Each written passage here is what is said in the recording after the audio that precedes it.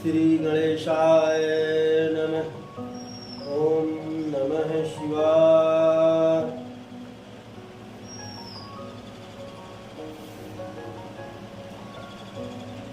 पवित्र श्रावण का मास चल रहा है। श्रावण मास को शिव मास भी कहा जाता है। आज हम आप सभी भक्तों से, आप सभी शिव प्रेमियों से, शिव श्रद्धालुओं से इस विषय वस्तु पे चर्चा करेंगे कि शिव जी के पूजा अर्चन में कौन कौन सी वस्तुएं शिव जी को समर्पित करने पर शिव जी प्रसन्न होते हैं। तो इस संबंध में सबसे पहले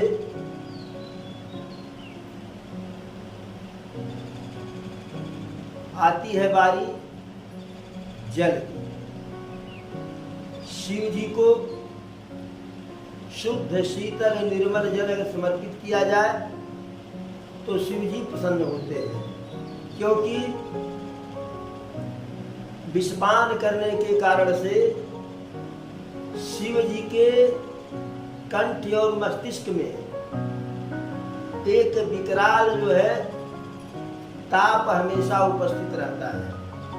और जितने हम शिव जी का जलाभिषेक करते हैं उतने शिव जी प्रसन्न होते हैं हमारे ऊपर। तो जलाभिषेक करने से शिव जी सदैव अपने भक्तों के ऊपर प्रसन्न होते हैं। फिर बेल पत्र समर्पित करने पर भी शिव जी प्रसन्न होते हैं, क्योंकि शिव जी को बेल पत्र भी अत्यधिक प्रिय है। बेल पत्र शिव जी को इसलिए अधिक प्रिय है कि जब देवताओं के प्रेरित करने पर शिव जी विषपान किए थे तो उनके पूरे शरीर में एक विशेष प्रकार की जो है विष जो है फैला, एक विशेष प्रकार की गर्मी ऊष्मा पैदा हुई। जैसा कि हम जानते हैं कि विष की दवा विष ही होती है, जहर की दवा जहर ही होती है।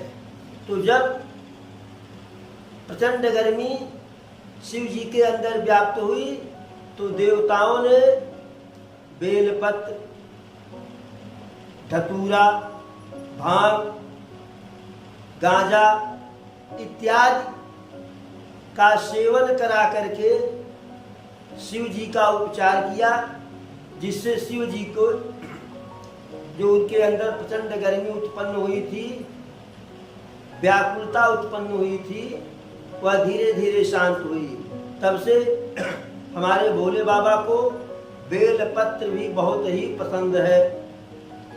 पुनः शिव जी को अक्षत अधिक पसंद है। अक्षत शिव जी को अधिक प्रिय है। अक्षत से तात्पर्य ऐसा स्वच्छ चावल कि जो टूटा हुआ न हो, खंडित न हुआ हो, अक्षत जिसका छत न हुआ हो, ऐसा चावल हम शिव जी को समर्पित करते हैं सावन के महीने में या किसी भी महीने में किसी भी दिन को।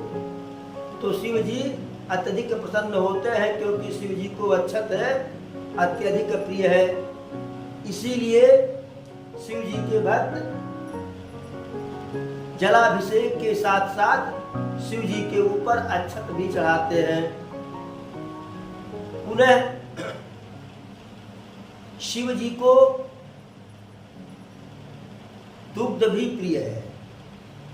गौ माता का कच्चा दूध शिव जी को बहुत ही प्रिय है। कारण है, और सावन में बहुत प्रिय है, क्योंकि ऐसा लोकमत है कि सावन में दुग्ध सेवन करने पे मनुष्य के अंदर नाना प्रकार की बीमारी आती, इसलिए सावन में दुग्ध कम से कम मात्रा में सेवन करना चाहिए।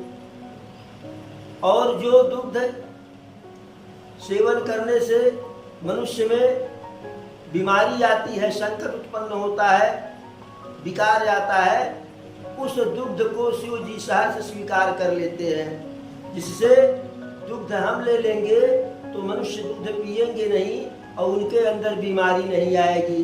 लेकिन इसमें ध्यान देने की बात है, दुग्ध शिव जी को प्रिय है, लेकिन गौ माता का दुग्ध, और उसमें भी स्वच्छ दूध, सत्य दूध, निर्मल दूध, और साथ ही साथ कच्चा दूध, यानी जो दूध है गरमाया गया न हो, ऐसा दूध जो है भोले बाबा को अति पसंद है।